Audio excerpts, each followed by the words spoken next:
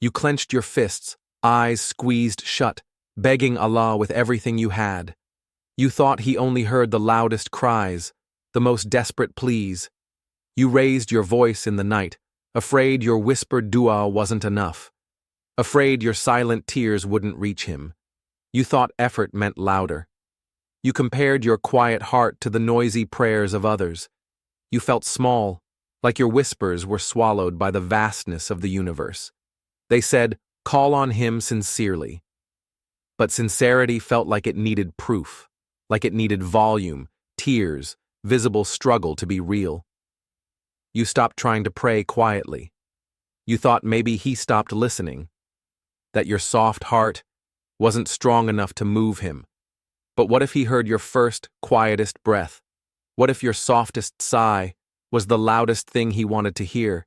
You thought faith meant visible struggle, that devotion meant tears, raised hands, audible dhikr. But your heart, it beat quietly for its Creator. You apologized for your silent pleas, for the way your voice cracked when it tried, for the tears that fell without sound. You thought Allah wanted performance, not your gentle sincerity. You believed your silence meant He wasn't listening, that your inability to articulate meant your pain was too small, too quiet to matter. You carried the guilt of unspoken dua like a secret shame. You hid your quiet tears, thinking maybe He needed you to be louder to be loved. You thought maybe He stopped offering help, that your gentle heart was too fragile, your quiet prayers too faint. That refuge meant no cracks, only strength. But what if your tears were heard? What if your silence was worship? What if your heart was never too quiet for Allah? Allah says, "Call upon your Lord in humility and privately.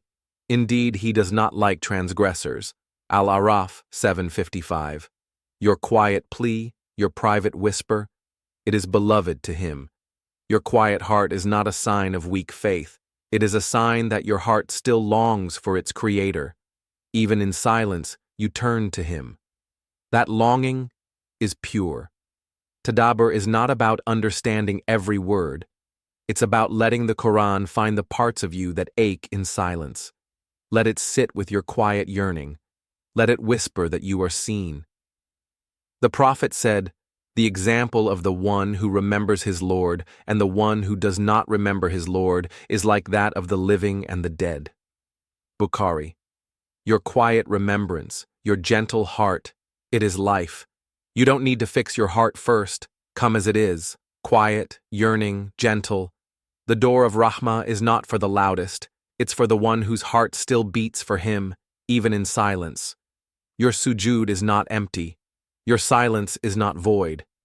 Every moment you turn to Him, even in fragments, in quiet, was a thread weaving your heart back to its safe space.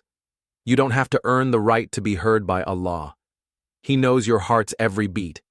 He knows the parts you silence, and He still calls you beloved, even in quiet. Help doesn't mean the burden disappears. It means you no longer carry it alone. It means you can whisper Ya Rabb and know He is already there, listening to your softest plea. Your sujud is not empty. Your silence is not void. Every moment you turned to Him, even in fragments, in quiet, was a thread weaving your heart back to its fitrah. You are not too quiet. You are not too late. You are exactly where you need to be for the next part of your heart's journey to peace to begin. And that journey starts with breath, in silence. Let go of the need to be heard loudly.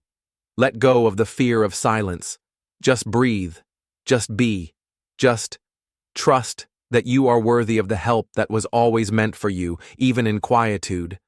This is not the end of your story. This is the moment you stop needing to scream. This is the moment you remember. Your whisper was never too faint. It was prayer.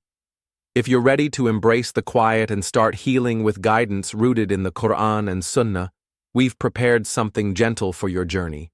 Find it in the description when your heart says it's time.